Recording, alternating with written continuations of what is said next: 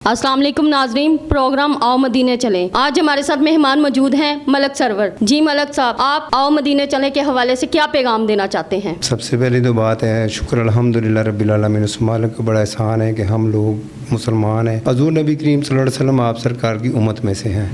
ये सबसे बड़ा हमारे ऊपर एहसान है। और आज तो पूरा ये तो मुबारक महीना है और ये भी नसीबों वालों को मिलता है।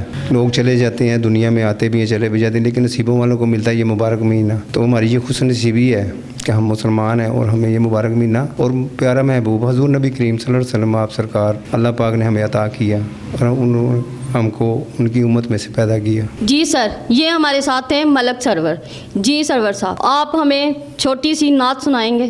ना तो मैं आपको पूरी सुना देता, लेकिन थोड़ा सा गले का मसला है।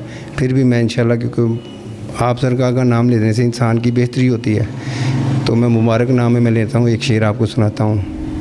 जी सर।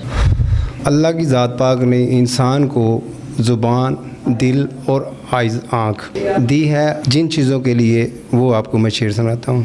दिल याद लई बनाया है, तारीफ लई ज़ुबान,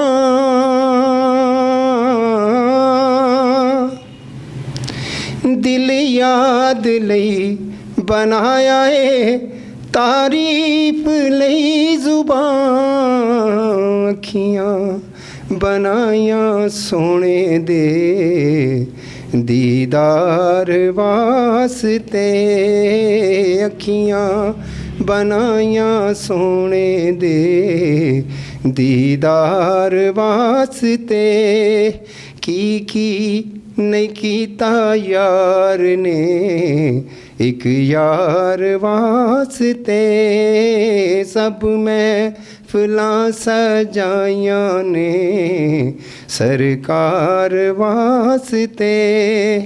दिल अल्लाह दी ज़ात पाक ने दिता है सोने दी याद वास्ते, ज़ुबान दी उहदी तारीफ वास्ते, अखियाँ दी उहदे दीदार वास्ते, लेकिन असी लोग कुछ और कर रहे हैं। सुभान अल्लाह। ये थे हमारे साथ मलक सरवर।